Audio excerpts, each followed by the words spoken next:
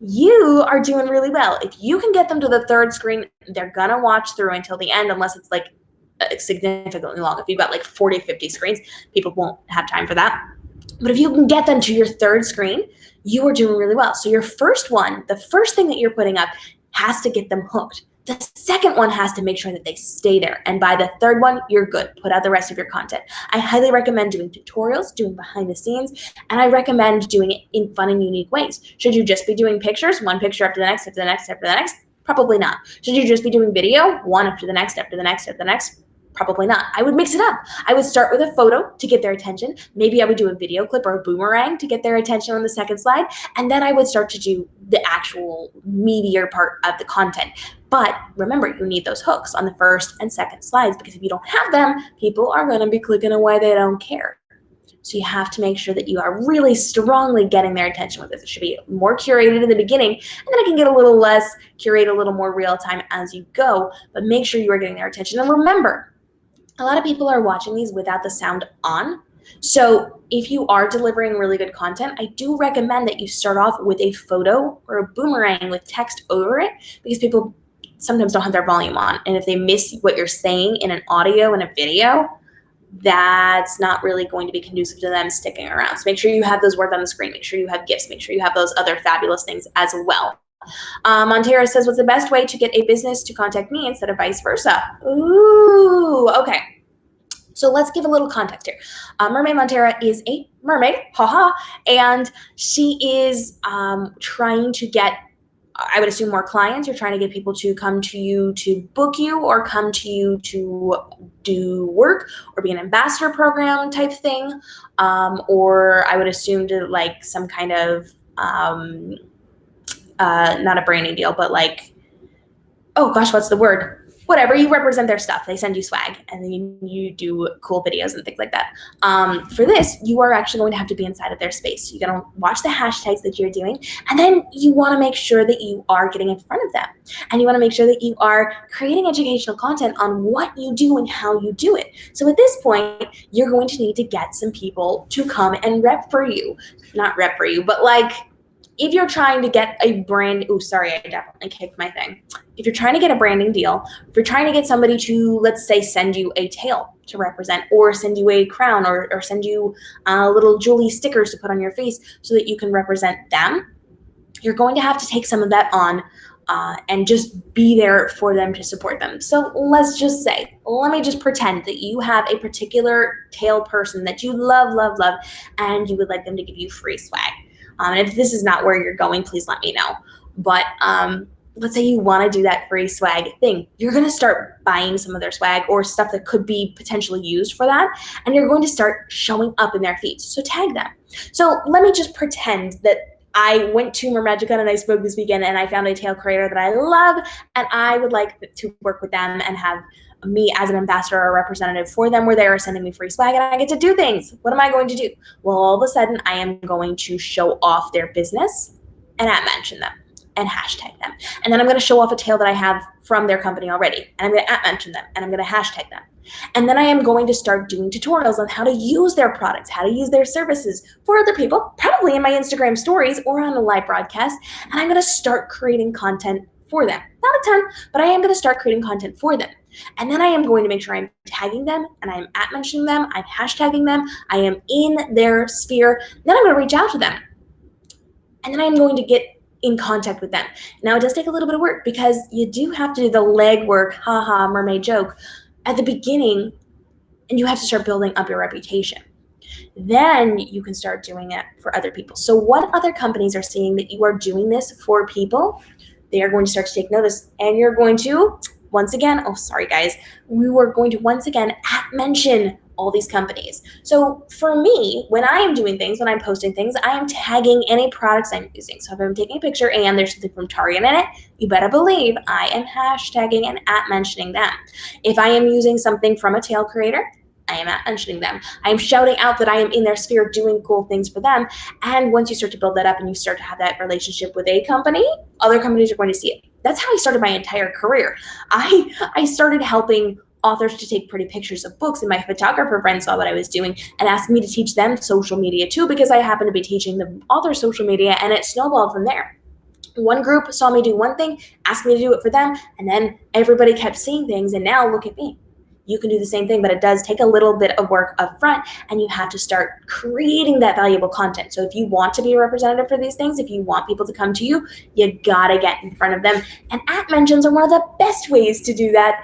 And if you're talking more along the lines of like getting into business or getting hired to do a specific event, start creating content for the local areas, for events in the local areas, and for their company. When you create this content, just to be nice out on social media, mentioning them, showing all the things that you're doing, you can totally get their attention. For you, let's say you want to work in some local areas. Maybe you go to a local cafe in your tail and you rep for them. You just kind of shout out their coffee and their stuff and their whatever in your tail, and you take pictures and you put it out on social media and you hashtag all the local areas. Other businesses will see it and hire you as well. Okay. Montera says, thank you. Smile Time Weekly says, correct on some of the stuff that I was chatting about earlier. Woo, Mermaid Montera. How do I set up a newsletter for my website? Well, I do have some videos on this on YouTube. I have an entire course on newsletter creation, but the gist of this is that you do need to find an email service provider that's going to work for you. I do recommend the one that you are going to grow into as opposed to one of those like freebie ones, because they're just getting worse and worse and worse and worse. And you are going to then create a landing page to opt in, which we do have videos out here on the YouTube page. And you're going to want to make sure you check out a really cool company called Lead Pages. If you actually go to kmrobinson.com/tools, there's a ton of resources on this, both for email service providers and for those landing pages. Over there, you're going to want to make sure you check it out, because I'm an affiliate for a lot of these things and I can get you some freebies. It's really cool and awesome. And then you are going to have to actually build out your newsletter. You're going to want to create an automated welcome sequence so that it is firing off about 3-ish emails within the course of a couple of days to these people to onboard them into your newsletter. And then you're going to need to send out weekly or monthly newsletters to communicate with people with really good, valuable information. That's the gist of it. There's a lot more we could go into depth on it, but check out the videos on YouTube and check out the course and check out kmrobinson.com/tools, because I am dropping all of my good connections over there for you guys to build up your platform. Let me see. So I'm seeing some comments about newsletter stuff being built in. Don't use the built-in newsletter stuff. That is not good. It actually kind of tanks a lot of your open rate. You want to make sure you're doing this in a really good strategic way. And we've got lots of tips and tricks for you guys out there, but don't use the built-in features. It doesn't help you. It actually hurts you. We've talked about it. You guys know. Let's see. So Smile Time Weekly wants to know, how do you screen share on Instagram? You can't specifically screen share on Instagram, but they do have a new feature where you can show photos. So if there's something you want to show on your screen, you actually go in and you design in Canva or in Photoshop an image, and then you save it to your camera roll. And once it's saved in your camera roll, after you go live, you actually have the ability to pull up your photos, and then it takes your face, your screen with your face, and puts it up in the top corner, and you can screen share the rest of it. So as long as you know where that photo of you or that live stream of you is going to be, which is always in the top right-hand corner, just leave all the important information out of there and put the other information elsewhere, and then you can effectively screen share and kind of click through those as if you were screen sharing, but it's really an image share.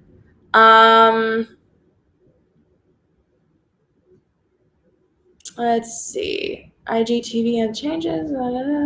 I also used to do that. Oh my goodness, so many questions, so many comments. Wow, lots of comments today. Lots and lots of comments today. But I think I hit most of your questions. So here's the deal, guys. If you've got more questions, go ahead and drop those down below. We're over our 20 minutes. So I do need to get going because I got to head back out to the water. And I've actually got some traveling I'm doing today, looking at the area.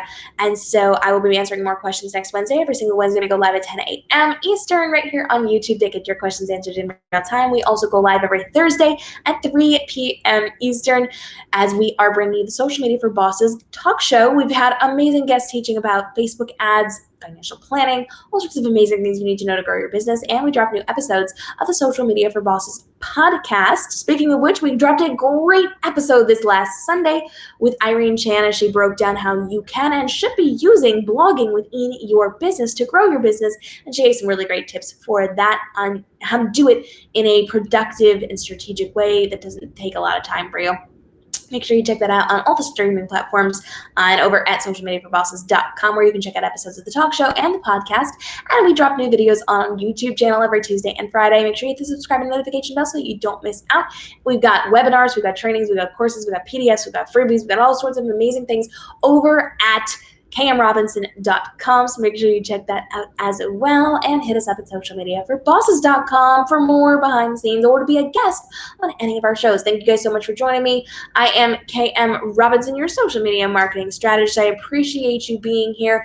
Thanks for coming to Mermagicon if you guys join me, and I will see you guys again at PendCon Charleston in just a couple of days as we are signing some of the best-selling fiction books that I have written. Then we will be back to our normally scheduled programming. So thanks so much for joining me. I will see you guys again next time. Until then, have a great day and stay inspired. Bye-bye.